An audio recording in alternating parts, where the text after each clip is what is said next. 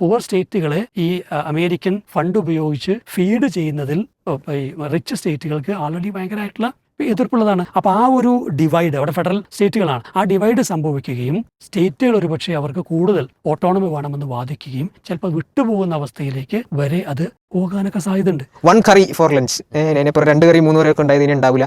Chicken fry with mandi will be replaced by mandi style steamed chicken. അതായത് പൊരിക്കാനുള്ള എണ്ണ ഇല്ലേട്ടാ എന്നാണ് പറയുന്നത്. അങ്ങനെ കുറേ ചേഞ്ചസ് വരുത്തിയിട്ടുണ്ട്. ഇതിപ്പോൾ ഇങ്ങനെ നമ്മളെ ബാധിക്കുമ്പോഴാണ് ആൾക്കാർ നോക്കുക, എന്താ സംഭവിച്ചത്, അവിടെ എന്തൊക്കെ യുദ്ധം ഉണ്ടായെന്ന് അറിയുന്നുണ്ട്, അതിനപ്പുറം നമുക്കൊന്നും അറിയില്ലായിരുന്നു എന്ന് പറഞ്ഞ ആൾക്കാർക്ക് ഇപ്പോൾ ഇങ്ങനെ പഠിക്കാൻ തുടങ്ങി. ഞങ്ങൾക്ക് പ്രശ്നമുണ്ട്. കാരണം പശ്ചിമേഷ്യയിലെ യുദ്ധം 2 ആഴ്ചകൾ പിന്നിടുമ്പോൾ ആ യുദ്ധം അടുക്കളയിലേക്ക് എത്തി എന്നുള്ളത് നമുക്കെല്ലാവർക്കും യാഥാർത്ഥ്യമാണ്. അമിത് മാഷേ, 4000 കിലോമീറ്റർ അകലെ നടക്കുന്ന ഈ യുദ്ധം നമ്മെ ഇത്ര പെട്ടെന്നാണ് ബാധിച്ചത്. വളരെ പെട്ടെന്ന് നമ്മുടെ അടുക്കളയിൽ അത് ബാധകമായി. പലപ്പോഴും ഇപ്പോൾ ഏറ്റവും അടുത്ത വാർത്തകളൊക്കെ എന്ന് പറയുന്നത് നമ്മുടെ നാട്ടിലുള്ള തന്നെ പല ഹോട്ടലുകളും അടച്ചുപൂട്ടി. കാരണം പാചകവാതകം കിട്ടാനില്ല എന്നുള്ളതാണ്. ഇങ്ങനെ ഇത് തുടർന്നാൽ നമ്മുടെ രാജ്യത്തിൻ്റെ പോക്ക് എങ്ങോട്ടാണ് എന്നുള്ളത് നമുക്ക് ആശങ്കയുണ്ട്. ഇതൊരു കേവലമൊരു സിലിണ്ടർ ഇഷ്യൂ അല്ല എന്നുള്ളതാണ് നമുക്ക് മനസ്സിലാവുന്നത്. ഒന്നാമത്തെ എന്താ വെച്ചാൽ, ഈ ലളിതമായിട്ട് പറഞ്ഞാൽ ഡിമാൻഡും സപ്ലൈയും തമ്മിലുള്ളൊരു പ്രശ്നം ഉണ്ടാവുമല്ലോ. എക്കണോമിക്സ് എടുത്തു കഴിഞ്ഞാൽ അതിൻ്റെ ഒരു പ്രശ്നമുണ്ട്. രണ്ടെന്താ വെച്ചാൽ, സർക്കാരുകളുടെ ഭാഗത്തുണ്ടാകേണ്ട പ്ലാനിങ്ങുകളുടെ പരാജയം എന്നുള്ളത് ഇതിനകത്തുണ്ട്. പിന്നെ ഇപ്പോൾ നമ്മളൊരു ഗ്ലോബലി ഉള്ളൊരു ജിയോ പൊളിറ്റിക്സിനെ മനസ്സിലാക്കുന്നിടത്ത് നമ്മുടെ സർക്കാരിന് സംഭവിച്ച പരാജയം അതിനകത്തുണ്ട്. പിന്നെ റോങ് അലൈൻമെൻറ്റ്, തെറ്റായ ചങ്ങാത്തം കൂടിയതിൻ്റെ അനന്തരഫലങ്ങളുണ്ട്. ഇതിലൊരു സർക്കാരിൻ്റെ ഒരു പരാജയത്തെ മൂടി വയ്ക്കാൻ കഴിയില്ല എന്നുള്ളതാണ് ഒന്നാമതിനകത്ത് പറയാനുള്ളത്. അപ്പോൾ അതിനെ ഇപ്പോൾ നുണ പറഞ്ഞ് മറികടക്കാനാണ് ശ്രമിക്കുന്നത്. എന്തായാലും ഈ കേരളത്തിൽ മാത്രം ഒരു ശരാശരി ഉപയോഗം എന്ന് പറയുന്നത് 2 ലക്ഷം സിലിണ്ടറാണെന്നാണ്. അത് ഇന്ത്യയിൽ എന്ത് ചെയ്യണം, ടണ്ണാണ്. അത് ഇന്ത്യയിലാണെങ്കിൽ 50 ലക്ഷം വരും. അപ്പോൾ ഇത്രയും അത് ഉപയോഗിക്കുന്ന ഒരു രാജ്യത്തെ സംബന്ധിച്ചും ഇതിൻ്റെ ഒരു 55-60% ഇറക്കുമതിയാണ്. ഒരു 40% മാത്രമാണ് ഇവിടെ പ്രൊഡക്ഷൻ നടക്കുന്നത്. ഇപ്പറയുന്ന ഈ ഇറക്കുമതിയിൽ 80% കടന്നു വരേണ്ടത് ഈ പറയുന്ന ഹോർമൂസ് കടലിടുക്കുള്ളിലാണ്. അപ്പോൾ അത് സ്വാഭാവികമായൊരു പ്രതിസന്ധിക്ക് കാരണമാവും. എന്തുകൊണ്ട്? അതിലൂടെ കപ്പലുകൾക്ക് കടന്നു പോകാൻ ഇപ്പോൾ ബുദ്ധിമുട്ടുണ്ടെന്നുള്ളതുകൊണ്ട് അവിടെ ഇത്രയും ഈ ഗ്യാസ് നമ്മൾക്ക് കിട്ടണമെന്നുണ്ടെങ്കിൽ ശരാശരി 2 ദിവസം കൊണ്ട് 3 കപ്പലുകൾ ഇന്ത്യയിലെത്തണം. എന്നാൽ അതേസമയം കഴിഞ്ഞ 15 ദിവസം കൊണ്ട് 2 കപ്പലുകളെ അതിലൂടെ ഇന്ത്യയിലേക്ക് കടന്നു വന്നിട്ടുള്ളൂ. അപ്പോൾ ക്രൈസിസിൻ്റെ ഒരു ആധാരം എന്ന് പറയുന്നത് വളരെ കൃത്യമാണ്. രണ്ടാമത്തെ എന്താ വെച്ചാൽ, നമ്മുടെ നാട്ടിലൊക്കെ തന്നെ ആളുകൾ എല്ലാ രീതിയിലുമുള്ള ഈ റിസോഴ്സസ് ഉപയോഗിച്ചിരുന്നു. ഈ സർക്കാർ ചെയ്തത് ഉജ്ജ്വല എന്ന് പറയുന്നൊരു പ്രോഗ്രാം കൊണ്ടുവന്നു. അതിന് 100% വിമർശിക്കണമൊന്നുമില്ല. അതിന് കാരണം നമ്മുടെ ഈ കാർബണിൻ്റെ പൊല്യൂഷൻ കുറയ്ക്കാൻ വേണ്ടിയിട്ട്, ഒപ്പം സ്ത്രീകളുടെ ഈ അധ്വാനം കുറയ്ക്കാൻ വേണ്ടിയിട്ടൊക്കെ തന്നെയാണ്. അപ്പോൾ അതിൻ്റെ ഒരു എന്താ വെച്ചാൽ ഹർ ഘർ LPG എന്നുള്ളൊരു പ്രോഗ്രാം, എല്ലാ വീട്ടിലും LPG. ഈ പ്രോഗ്രാമിലൂടെ 14.5 ലക്ഷം ടൺ ഉപയോഗിക്കുന്നിടത്താണ് ഒറ്റയടിക്ക് 10 വർഷം കൊണ്ട് 33 ലക്ഷം ടണ്ണിലേക്ക് ഇത് വർദ്ധിക്കുന്നത്. എന്നാൽ അന്ന് ഈ 10 വർഷം മുൻപും ഇന്ത്യയിൽ ഡൊമസ്റ്റിക് ആയിട്ടുള്ളതിൻ്റെ പ്രൊഡക്ഷൻ എന്ന് പറയുന്നത് ആകെ 13 ലക്ഷം ടണ്ണാണ്. അതിപ്പോഴും അവിടെ തന്നെ നിൽക്കുകയാണ്. അപ്പോൾ എന്ത് വർദ്ധിച്ചില്ല? ഡൊമസ്റ്റിക് ആയിട്ടുള്ള പ്രൊഡക്ഷൻ വർദ്ധിച്ചില്ല. എന്നാൽ ഡിമാൻഡ് ഒരുപാട് കൂടി. അതിനനുസരിച്ച് സപ്ലൈ എവിടുന്ന് വരണം? പുറത്തുനിന്ന് വരികയും വേണം. ഒരു പരിധിവരെ അതാ ലാഭം എന്നാണ് പറയുന്നത്. പുറത്തുനിന്ന് വന്നാലും അതാണ് ലാഭം എന്നാണ് പറയുന്നത്. എന്താണ് ശരി? അപ്പോൾ പൂർണ്ണമായിട്ടും ഈ ഒരു വൈദേശികമായ സപ്ലൈയെ ആശ്രയിച്ച് നിൽക്കുന്ന രൂപത്തിലായി നമ്മളുടേത്. മൂന്നെന്താ വെച്ചാൽ, നമുക്ക് ഈ പെട്രോളിയം നമ്മൾ മനസ്സിലാക്കണം, 40ഓളം രാജ്യങ്ങളിൽ നമ്മൾ ഇറക്കുമതി ചെയ്യുന്നുണ്ട്. അതേസമയം ഈ ഗ്യാസ് ആകെക്കൂടെ 4 രാജ്യങ്ങളിൽ നിന്നാണ് ഇറക്കുമതി ചെയ്യുന്നത്. അപ്പോൾ അവിടെ തന്നെ നമുക്ക് എന്തില്ല, പിന്നെ ഈ ഡൈവേഴ്സിറ്റി എന്താണ് ഈ വിഷയത്തിലില്ല, അല്ലെങ്കിൽ കൂടുതൽ കൺട്രീസിൽ നിന്ന് കിട്ടുന്ന അവസ്ഥ നമുക്കില്ല. ഒപ്പം തന്നെ എന്താ വെച്ചാൽ ഈ ഓയിൽ നമുക്ക് സ്റ്റോക്ക് ചെയ്യാൻ എളുപ്പമാണ്. അതുകൊണ്ട് തന്നെ നമുക്കൊരു പല 40 ദിവസം 45 ദിവസത്തേക്കുള്ള ഓയിൽ സ്റ്റോക്ക് നമുക്കുണ്ട്. അതേസമയം ഈ ഗ്യാസ് നമുക്ക് സ്റ്റോക്ക് ചെയ്യാൻ ആകെ 2 സ്ഥലങ്ങളുള്ളൂ, അല്ലെങ്കിൽ സ്റ്റോക്ക് പോയിൻറ്റ്സ് ഉള്ളൂ. അത് വിശാഖപട്ടണത്തും മംഗലാപുരത്തുമാണ്. അതെന്ന് പറഞ്ഞാൽ മാക്സിമം പോയാൽ 2-4 ദിവസത്തേക്കുള്ള സ്റ്റോക്കാണ്. അപ്പോൾ ഇതിങ്ങനെ കണ്ടിന്യൂസ് ആയിട്ട് വന്നുകൊണ്ടേയിരിക്കണം. ഒരു കപ്പൽ ചിലപ്പോൾ വല്ല അപകടത്തിൽപ്പെട്ട് മുങ്ങിയാൽ പോലും 2 ദിവസത്തെ സപ്ലൈ എന്ത് ചെയ്യും, ബ്രേക്ക് ആവും നിർത്തും. അത്രമാത്രം ഈ ഒരു ടെൻസ്ഡ് ആയിട്ടുള്ള സപ്ലൈ ചെയിനാണ് ഈ ഗ്യാസിൻ്റെ എന്ന് പറയുന്നത്. ഇതാണിപ്പോൾ ബ്ലോക്ക് ആവുകയോ ബ്രോക്കൺ ആവുകയോ ചെയ്തിട്ടുള്ളത്. അപ്പോൾ സ്വാഭാവികമായിട്ടെന്ന് വെച്ചാൽ ഇവിടെ നമുക്ക് കാണാൻ പറ്റും ഈ പ്ലാനിങ് ഇല്ല എന്നുള്ള. ഓയിൽ റിസർവിൻ്റെ കാര്യത്തിൽ നമുക്ക് ഉള്ള പ്ലാനിങ് ഗ്യാസിൻ്റെ റിസർവിൻ്റെ കാര്യത്തിലില്ല. അത് സർക്കാർ ആൻറ്റിസിപ്പേറ്റ് ചെയ്യേണ്ടതില്ല. കാരണം ഇത്രയും കിലോമീറ്ററുകൾ കടന്നു വരേണ്ട ഒരു സാധനം പല കാരണങ്ങൾ കൊണ്ട് ഈ ബ്ലോക്ക് വരാം. അപ്പോൾ അതനുസരിച്ച് ഇവിടെ ഡിമാൻഡ് കൂടുന്നതിനനുസരിച്ച് മറ്റു ഈ ഇൻഫ്രാസ്ട്രക്ചറലായിട്ടുള്ള മാറ്റങ്ങൾ കൊണ്ടുവരേണ്ടതായിരുന്നു. അതൊന്നും കൊണ്ടുവരാൻ സർക്കാർ ശ്രമിച്ചിട്ടില്ല എന്നുള്ളതാണ്. അപ്പോൾ ഒരു ഭാഗത്ത് ആവശ്യം വർദ്ധിപ്പിച്ചു, ഡിമാൻഡ് കൂട്ടി, എന്നാൽ അതനുസരിച്ചുള്ള പ്ലാനിങ് മറ്റു ഭാഗത്ത് ഉണ്ടായില്ല. അപ്പോൾ ഹോർമൂസിലൊരു സ്വിച്ചാണ് അമർത്തിയപ്പോൾ എന്ത് ചെയ്തു, ഒരു ഓഫാക്കിയപ്പോൾ നമ്മളെ മാത്രമല്ല മറ്റു പല രാജ്യങ്ങളെയും ഇത് ബാധിച്ചു. എന്നാൽ നമുക്ക് കാണാം ചൈനയെ സംബന്ധിച്ചോളം ചൈന ആകെ 6.6% ഈ പറയുന്ന ഹോർമൂസിനകത്തൂടെ കടന്നു വരുന്നുള്ളൂ. അവർ റഷ്യയുമായിട്ട് ഡയറക്റ്റ് ആയിട്ടുള്ള ഒരു പാക്റ്റ് ഉണ്ടാക്കുകയും അങ്ങനെ റഷ്യയിൽ നിന്ന് ചൈനയിലേക്ക് നേരിട്ടുള്ള ഗ്യാസ് സപ്ലൈ ഉണ്ട്. അപ്പോൾ അവരെ സംബന്ധിച്ചോളം ഇത് അത്ര ഒരു പ്രശ്നം ബാധിച്ചിട്ടില്ല. കൊറിയയ്ക്ക് കുറച്ച് ബാധിച്ചിട്ടുണ്ട്. അപ്പോൾ നമ്മളെ സംബന്ധിച്ചോളം നമ്മളൊരു എനർജി സെക്യൂരിറ്റി എന്ന് പറയുന്ന സുരക്ഷയെക്കുറിച്ചുള്ള കാര്യത്തിൽ നമ്മൾ വളരെ ഗൗരവത്തിൽ ചിന്തിക്കേണ്ട അവസ്ഥ ഉണ്ടായിട്ടുണ്ടെന്നുള്ളതാണ്. പിന്നെ മറ്റു രീതിയിലുള്ള ഈ എനർജി റിസോഴ്സസിനെ ഇന്ത്യ പ്രോത്സാഹിപ്പിക്കുകയേ ചെയ്തിട്ടില്ല എന്നുള്ളതാണ്. ഉദാഹരണത്തിനിപ്പോൾ സോളാറിന് ഒരു അനുകൂല നിയമമല്ല ഇവിടെ ഉള്ളത്, അല്ലെങ്കിൽ മറ്റൊരർത്ഥത്തിൽ പറഞ്ഞാൽ അതിനെ പ്രോത്സാഹിപ്പിക്കുന്ന രീതി ഉണ്ടായിട്ടില്ല. ഇലക്ട്രിസിറ്റി എന്ന് പറയുന്നത് അതെന്തായാലും നമുക്ക് ഈ തെർമൽ ഇതൊക്കെ ഉണ്ടല്ലോ, ഇത്തരം ഇതുകൾ ഇപ്പോൾ അതിലേക്ക് പലരും പോവുകയാണ്. ഇനിയിപ്പോൾ സാധാരണ ഫ്യൂയൽ നമ്മൾ വുഡ് ഉപയോഗിക്കാൻ നിൽക്കുക, അതിൽ തന്നെ പുക കുറഞ്ഞ രൂപത്തിലുള്ള അടുപ്പുകൾ ഇപ്പോൾ പുതിയ പല ടെക്നോളജി ഡെവലപ്പ് ചെയ്യുന്നുണ്ട്. ഇത്തരം സാധനങ്ങളെ ഒക്കെ കൊണ്ടുവന്ന് ഇത് ഡൈവേഴ്സിഫൈ ചെയ്യുക എന്നുള്ള പ്രോസസ്സിലും സർക്കാർ ചെയ്തില്ല എന്നുള്ളത്. അപ്പോൾ ഇതൊരു ക്രൈസിസ് വന്നപ്പോഴാണ് ഇപ്പോൾ നമ്മളെല്ലാം കൂടെ എക്സ്പോസ്ഡ് ആയിട്ട് മാറുന്നത്. പിന്നെ ബ്ലാക്ക് മാർക്കറ്റിൽ ഇപ്പം എന്ത് ചെയ്തു, ഈ മറ്റേ ഗ്യാസ് മറ്റേ കൊമേഴ്സ്യൽസിന് 2000 ഉറുപ്പ്യ ഉണ്ടായിരുന്നത് 4300 പോയി.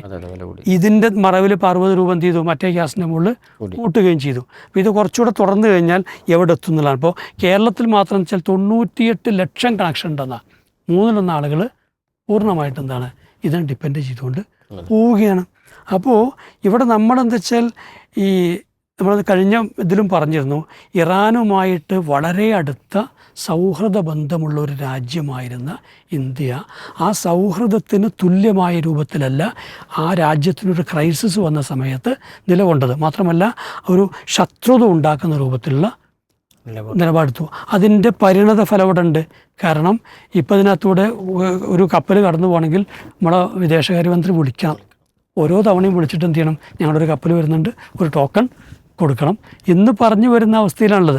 മാത്രമല്ല ഇറാനിൻ്റെ ബാർഗെയിനിങ് കപ്പാസിറ്റി കൂടി എന്നുള്ളതാണ്. അതുകൊണ്ട് തന്നെ ഇപ്പോൾ അമേരിക്കയുടെ ഒരു തിട്ടൂരത്തിൻ്റെ അടിസ്ഥാനത്തിൽ ഇറാൻ്റെ 3 സൈനിക കപ്പലുകൾ നമ്മൾ പിടിച്ചെടുത്തിരുന്നു. അതിനകത്തൊരു കപ്പലിലുള്ള ആളുകൾ ഇവിടെ കൊച്ചിയിൽ എന്താണ് തടവിൽ കിടക്കരുന്നു വെച്ചാൽ അവരെ ആ രീതിയിൽ ഡീറ്റെയിൻ ചെയ്തിരുന്നു. അവരെയൊക്കെ എന്ത് ചെയ്തു, നമ്മുടെ വിമാനത്തിൽ കയറ്റി എന്ത് ചെയ്തു, പറഞ്ഞു വെച്ചു. അപ്പോൾ ആലോചിച്ച് നോക്കൂ, വളരെ ദുർബലമായി ഇന്ത്യ ഇത്രയും വലിയൊരു രാജ്യമായിട്ട് പോലും അതിൻ്റെ സൈനിക ശേഷിയൊക്കെ ഉണ്ടായിട്ട് പോലും ദുർബലമായി പോയി. അപ്പോൾ ഒരു ബാർഗെയിനിങ് കപ്പാസിറ്റി ആവട്ടെ മറ്റു പല രാജ്യങ്ങൾക്കും കൂടുകയും ചെയ്തു. പാകിസ്ഥാന് പോലും, കാരണം പാകിസ്ഥാനും ചൈനയും റഷ്യയും തമ്മിലൊക്കെയുള്ള ബന്ധം അത്ര സദൃഢമാണ്. അപ്പോൾ നമ്മളെ സംബന്ധിച്ചോളം നമ്മളൊരു ഫോറിൻ പോളിസിയിൽ ഏറ്റവും വലിയ വീഴ്ച വന്നു. ഇനി ആലോചിച്ച് നോക്കൂ, ഇറാന് ഒരു ക്രൈസിസിലേക്ക് പോകും എന്ന് വെച്ചാൽ ഹോർമൂസ് കടലിടുക്ക് പിടിച്ചെടുക്കാൻ അമേരിക്ക ഒരു ശ്രമത്തിലേക്ക് വരികയാണ്. അതിനുവേണ്ടി അവർ എന്താ ചെയ്തത്, എല്ലാ രാജ്യങ്ങളോടും കപ്പലിട്ട് വരാൻ പറഞ്ഞു. നമുക്ക് എല്ലാവർക്കും കൂടെ ഒന്നിച്ച് എന്ത് ചെയ്യാം, കടക്കാൻ നോക്കാം, ഞങ്ങൾ മുമ്പിൽ എന്ത് ചെയ്യാം, നിന്നിട്ട് വെടിയൊക്കെ വെച്ചോളാം, നിങ്ങളതിൻ്റെ പിന്നാലെ വന്നോളി എന്നുള്ള സ്റ്റൈലിലാണ്. അപ്പോൾ ഇത് വിജയിക്കുമെന്ന് തോന്നി. ആ സമയത്ത് ഉടനെ എന്ത് ചെയ്തു, ഇറാന് പോളിസിയിൽ ചേഞ്ച് വരുത്തി. പിന്നെ ഡോളറിന് പകരം യുവാൻ വെച്ചിട്ട് എന്ത് ചെയ്യുക, നിങ്ങൾ വാങ്ങുകയാണെങ്കിൽ നമ്മൾ കടത്തി വിടുന്നത്. അതെ. അതായത് ചൈനയ്ക്കുള്ളൊരു ഓപ്പൺ പിന്നെ നോഡാണ് കൊടുത്തത്. മാത്രമല്ല എന്തായിരുന്നോ ചൈന ഇത്ര കാലം ആഗ്രഹിച്ചിരുന്നത്, അല്ലെങ്കിൽ നമ്മുടെ വേൾഡ് ഈ പവർ എക്കോണമിയിൽ സംഭവിക്കേണ്ട ഒരു ഷിഫ്റ്റിന് വേണ്ടി കാത്തു നിൽക്കുകയായിരുന്നു. ഇതിന് വളരെ അനുകൂലമായിട്ടുള്ള നിലപാടെടുത്തോടെ തന്നെ വെച്ചാൽ ഡിവൈഡ് വന്നു രാജ്യങ്ങൾക്കിടയിൽ. എന്താണ് ഇത് വലിയ ഡിവൈഡ് ഉണ്ടാക്കി. അപ്പം ഇത് ഏറ്റവും ബാധിക്കാരാണ് അല്ല, ഇന്ത്യയും ബാധിക്കും. ഇന്ത്യയെ സംബന്ധിച്ചോളം ഇപ്പോൾ യുവാനിൽ കറൻസിയിൽ, ചൈനയുടെ കറൻസിയിൽ ഉള്ള ഒരു എക്സ്ചേഞ്ച് എന്ന് പറയുന്നത് ഇനി നമ്മൾ എന്തായാലും ഒരു പോളിസി ചേഞ്ചിലേക്ക്, സത്യം പറഞ്ഞാൽ ഒരു പ്രശ്നവും നമുക്കില്ല, നല്ല ബന്ധമാണ് ഉണ്ടായിരുന്നത്. ഇൻറ്റേണലായിട്ടൊക്കെ അങ്ങനത്തെ ബന്ധമൊക്കെ ഉണ്ട്. പക്ഷേ ഇവിടെ ഒരു തരത്തിൽ എല്ലാവരും ശത്രുത വേണമല്ലോ നമുക്ക്.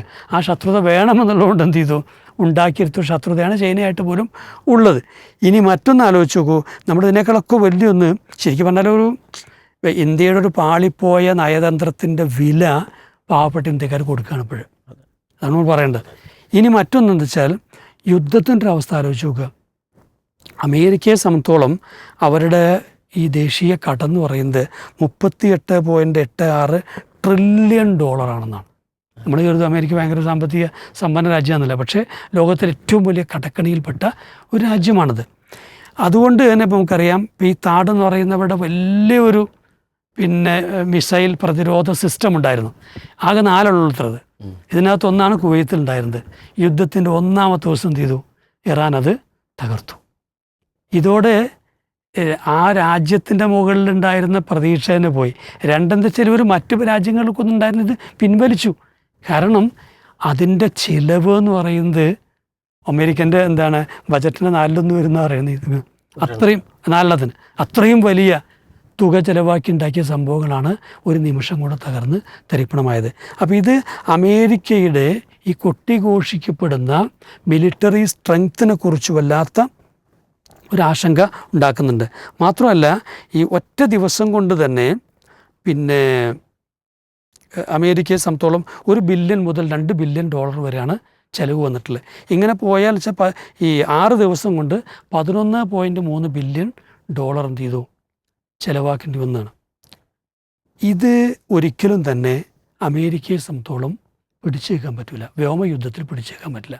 കാരണം ഒരു ഭാഗത്ത് കടമുണ്ടായിരിക്കുക, ഈ ക്രൈസിസ് ഡീപ്പൺ ചെയ്യപ്പെടുന്നുള്ളതുകൊണ്ട് തന്നെ. അപ്പം ഞാൻ എന്തിലേക്കാണ് പോകേണ്ടി വരിക, കരയുദ്ധത്തിലേക്ക് പോകേണ്ടി വരും. കരയുദ്ധം സ്വാഭാവികമായിട്ട് നീണ്ടു നിൽക്കും 1.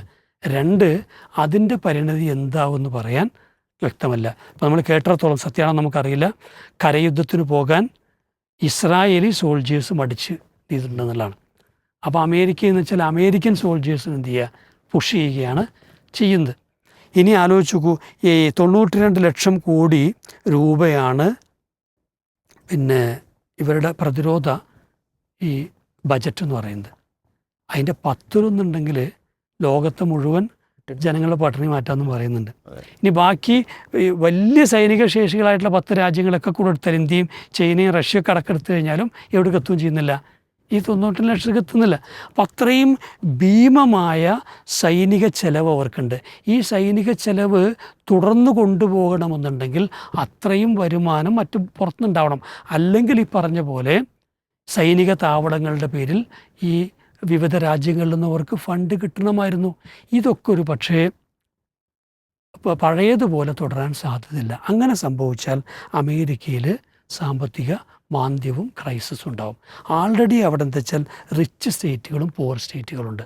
പുവർ സ്റ്റേറ്റുകളെ ഈ അമേരിക്കൻ ഫണ്ട് ഉപയോഗിച്ച് ഫീഡ് ചെയ്യുന്നതിൽ ഈ റിച്ച് സ്റ്റേറ്റുകൾക്ക് ആൾറെഡി ഭയങ്കരമായിട്ടുള്ള എതിർപ്പുള്ളതാണ്. അപ്പോൾ ആ ഒരു ഡിവൈഡ്, അവിടെ ഫെഡറൽ സ്റ്റേറ്റുകളാണ്, ആ ഡിവൈഡ് സംഭവിക്കുകയും സ്റ്റേറ്റുകൾ ഒരുപക്ഷെ അവർക്ക് കൂടുതൽ ഓട്ടോണമി വേണമെന്ന് വാദിക്കുകയും ചിലപ്പോൾ വിട്ടുപോകുന്ന അവസ്ഥയിലേക്ക് വരെ അത് പോകാനൊക്കെ സാധ്യതയുണ്ട്. അങ്ങനെ സംഭവിച്ചാൽ അടുത്ത് സംഭവിക്കാൻ എന്താണ് വളരെ കൃത്യമാണ്. ഈ ഡോളറൈസേഷൻ്റെ പ്രോസസ്സ് ഒരു ഭാഗത്ത് നടക്കുന്നു, വേറൊരു ഭാഗത്താവട്ടെ പെട്രോ ഡോളർ എന്നുള്ള കൺസെപ്റ്റ് എന്ത് ചെയ്യുന്നു, തകരുകയും ചെയ്യുന്നു. അങ്ങനെയാണെങ്കിൽ അമേരിക്ക ഒരു പക്ഷേ ആഭ്യന്തര കലാപത്തിലേക്ക് വരെ പോകാൻ സാധ്യതയുണ്ട്. ഒരു പോയിൻ്റ് എന്ന് വെച്ചാൽ നമുക്കറിയാം, ഈ അമേരിക്കൻ ജനതയെ ഏറ്റവും കൂടുതൽ കബളിപ്പിക്കുകയും വഞ്ചിക്കുകയും ചെയ്യുന്നത് അമേരിക്കൻ ഭരണകൂടം തന്നെയാണ്. കാരണം എന്താ വെച്ചാൽ അവിടുത്തെ പോളിസീസ് എല്ലാം ഡിക്റ്റേറ്റ് ചെയ്യുന്നത് കുത്തകകളാണ്. അതെന്തിനു വേണ്ടി? അവർക്ക് എങ്ങനെയാണോ ഈ സ്റ്റേറ്റിൻ്റെ ഈ ഒരു സ്റ്റേറ്റിൻ്റെ തണലിൽ നിന്നുകൊണ്ട് ലോകത്തുടനീളം ചൂഷണം വ്യാപിപ്പിക്കാൻ പറ്റുക, ഇതിനു വേണ്ടി അമേരിക്ക എന്ന് പറയുന്ന ഒരു രാജ്യത്തെ സ്റ്റേറ്റിനെ ഒരു ആയുധമാക്കി ഉപയോഗിക്കുകയാണ് ഈ പറയുന്നവരൊക്കെ ചെയ്യുന്നത്. അപ്പോൾ നമുക്കറിയാം അവിടുത്തെ ലോകത്തെ ഏറ്റവും വലിയ സമ്പന്നരൊക്കെ അവിടെ ഉണ്ട്. പക്ഷേ ആ സമ്പത്ത് കൊണ്ട് അവിടുത്തെ സാധാരണക്കാരായ ജനങ്ങൾക്ക് എന്താ ഗുണമുള്ളത്? കുറച്ച് ടാക്സൊക്കെ കിട്ടുന്നുണ്ടാവും. അതിനപ്പുറം അവരുടെ ഈ കുവിഞ്ഞുകൂടുന്ന സമ്പത്ത് ഇവരെ തന്നെ മെരുക്കാൻ, ഇവരെ തന്നെ ഭരിക്കാൻ തന്നെയാണ് ഉപയോഗിക്കുന്നത് ലോകത്ത് മുഴുവനായിട്ടും.